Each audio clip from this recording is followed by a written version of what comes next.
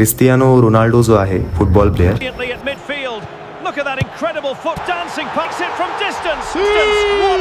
त्यांनी आत्ताच एक स्टेटमेंट दिलं होतं की ते 1000 गोल करू इच्छितात आपल्या करिअरमध्ये. आतापर्यंत ते 965 पर्यंत पोहोचलेत आणि 35 गोल मागे आहेत आपल्या ध्येयापासून. तर त्यांचं हे जे ध्येय आहे ते श्रेष्ठतेचं प्रदर्शन आहे का?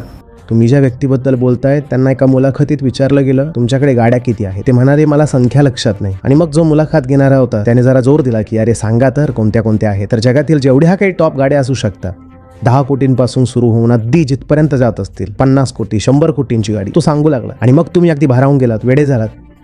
तुम्ही म्हणूनच फिदा आहात. असंच मरता क्रिकेटपटूंवर. श्रेष्ठता तर खूप खेळांमध्ये आहे. बॅडमिंटन वर्ल्ड चॅम्पियनशिप चालू होती. एक भारतीय थेट फायनलपर्यंत पोहोचला होता आणि जगातील सर्वोच्च खेळाडूंना हरवून फायनलमध्ये पोहोचला होता. पण निम्म्या लोकांना नाव माहीत नसेल. श्रेष्ठतेची थोडीच किंमत आहे.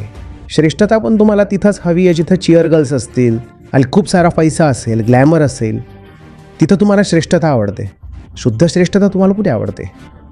ही तीच गोष्ट आहे जी प्रत्येक माणसाची गोष्ट आहे. हा हातगाडीवाला भाऊ पण असतो, तो मोमोज विकतोय, काहीतरी विकतोय, तो पण हेच ठरवतो की आज रात्रीपूर्वी एवढी विक्री करून जाईन.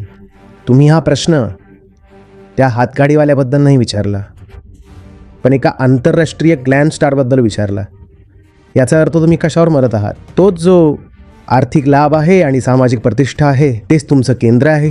तिथूनच हा प्रश्न येतोय.